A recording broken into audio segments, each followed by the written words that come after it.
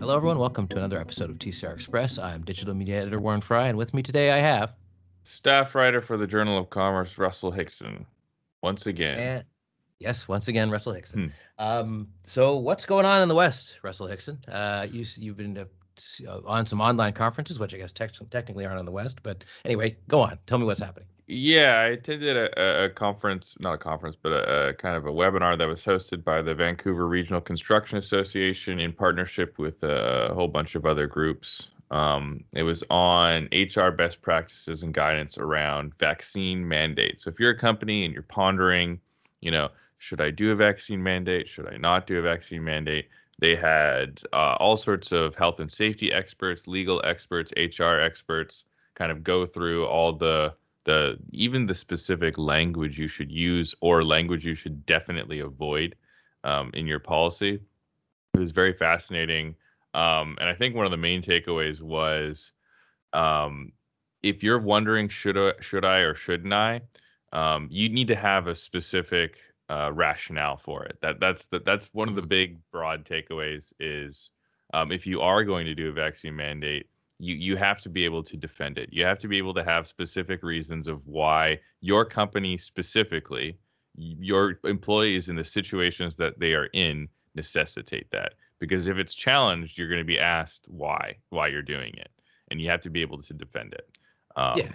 Vaccines are a good idea, but there's a legal aspect to this you can't ignore.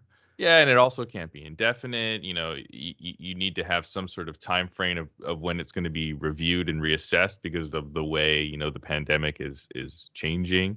In a year, you may not need a vaccine mandate, or in 6 months, you may not need a vaccine mandate. And it's also really important how you word that policy and you avoid certain things because people may have legitimate human rights exemptions that you have to consider. I don't know. There's a lot to it, and I'll have a story on it, and it was definitely pretty interesting. So if you are a company that's considering this, definitely read our article or check out the webinar. I'm sure you can get it from the VRCA or the BCCSA. Or even COCA BC, one of those, and check it out. And before we go on, I have breaking as of yesterday, because this is going to come out on Wednesday news. BuildX Vancouver has been postponed to March 23rd and 24th for precisely more or less, not mandate reasons, but, COVID reasons. Apparently they want to make sure, because it was, I think, scheduled for the middle of February. Now it's going to be on March, so a little bit later than that, about a month later, pending any changes. So there you go. That's one local conference that has now been pushed forward a little bit. Anyway, anything else going on for you? No. All right. Sounds good. Nope, not really. I got more event coverage that I'm doing this week with the Canadian Institute. I should have some various legal stories, prompt payment, updates, and lessons learned from that conference that you'll be seeing in a little bit.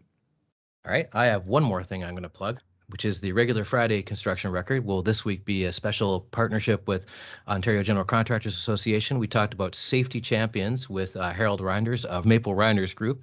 And so tune into that on this Friday. And from the East, Daily Commercial News staff writer Don Wall spoke with Ontario Minister of Labour, Training and Skills Development Monte McNaughton recently about the official launch of Skilled Trades Ontario. Melissa Young, who's the executive director of the National Electrical Trade Council, will serve as the CEO of STO, while labor and employment lawyer Michael Sherrard will be the chair of the board of directors. STO was created by the Building Opportunities in the Skilled Trades Act 2021 to replace the Ontario College of Trades as the Crown agency designated to regulate and promote the skilled trades in the province. Quote, "This is really about bringing the skilled trades into the 21st century," said McNaughton.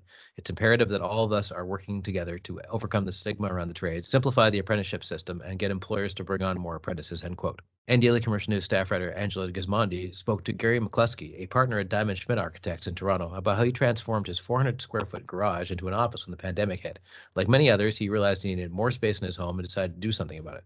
He describes the process and how his garage now doubles as an office during the week and a woodworking space on the weekend. That's it for this week's TCR Express. If you'd like to hear more of TCR Express or the Construction Record podcast, you can listen to us on Amazon Music, Apple Music, or Spotify, or on the Daily Commercial News or Journal of Commerce websites. And also, don't forget to tune in Friday for the first of our Safety Champions feature.